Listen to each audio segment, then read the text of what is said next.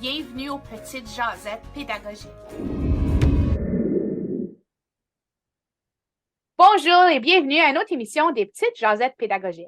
Aujourd'hui, j'accueille Patrick Breton. Patrick Breton est le directeur général du Centre franco-ontarien du folklore, qui célèbre cette année 50 ans d'existence. Donc, merci d'être là aujourd'hui, Patrick. On va entendre un peu t'es qui, t'es où, puis tu fais quoi? Bon, qu'est-ce que je mange en hiver, comme on dirait l'expression, c'est un peu ça. Moi, je suis le directeur du Centre Ontarien de folklore. Le Centre franco-ontarien de folklore a une mission en 3 volets. Je vous dirais, c'est la collecte, la conservation et la diffusion du patrimoine oral franco-ontarien, ou ce qu'on appelle, si on veut, le folklore. Une autre façon que j'ai de décrire qu'est-ce que c'est le Centre franco-ontarien de folklore pour les gens, c'est imaginer un musée, mais on n'a pas d'objet.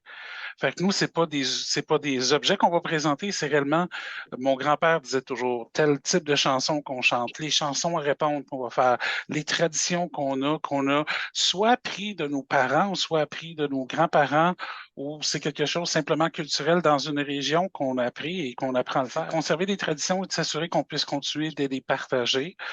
Puis de mon côté, ça fait depuis 2015 que je suis en poste. Donc, tu es très bien placé pour parler du sujet dont je voulais discuter aujourd'hui.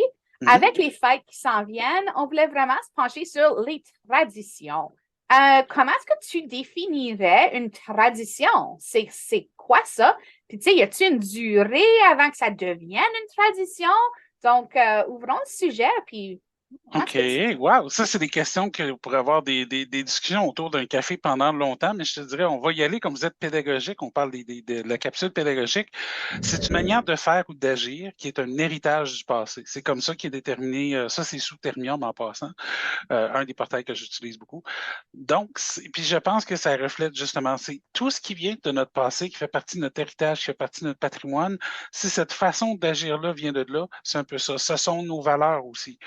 Nos parents nous ont enseigné nos valeurs, que ce soit par des contes, par des chansons, la façon qu'ils nous parlaient, c'est un peu ça qui vient de nos valeurs. Ça fait partie de ça et ça dépend aussi du milieu dans lequel on a grandi.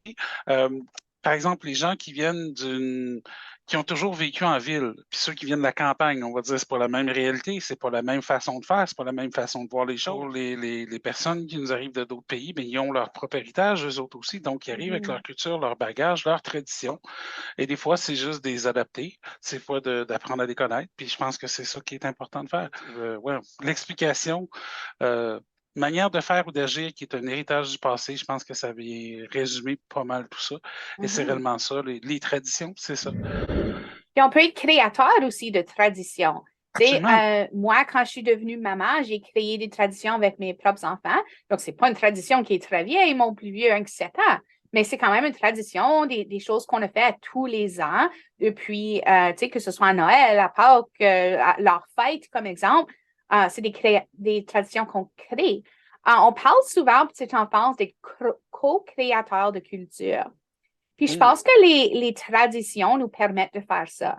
Nous permettent de, ensemble, avec les jeunes, avec les familles, avec nos centres, nos communautés, de co-créer quelque chose de nouveau, de co-créer des nouvelles traditions. Ils ne sont pas des traditions la première année, mais quand tu les fais 2, 3, 4, 5 ans de fil, puis même, je pense que faut pas que ça soit de fil non plus, hein, Patrick? Comme ça peut être, oh, on a fait ça il y a 10 ans, puis on le refait aujourd'hui parce que ça vaut que ça devient une tradition, non? Absolument. L'exemple qui me vient en tête, moi j'en vois deux tout de suite qui me viennent en tête.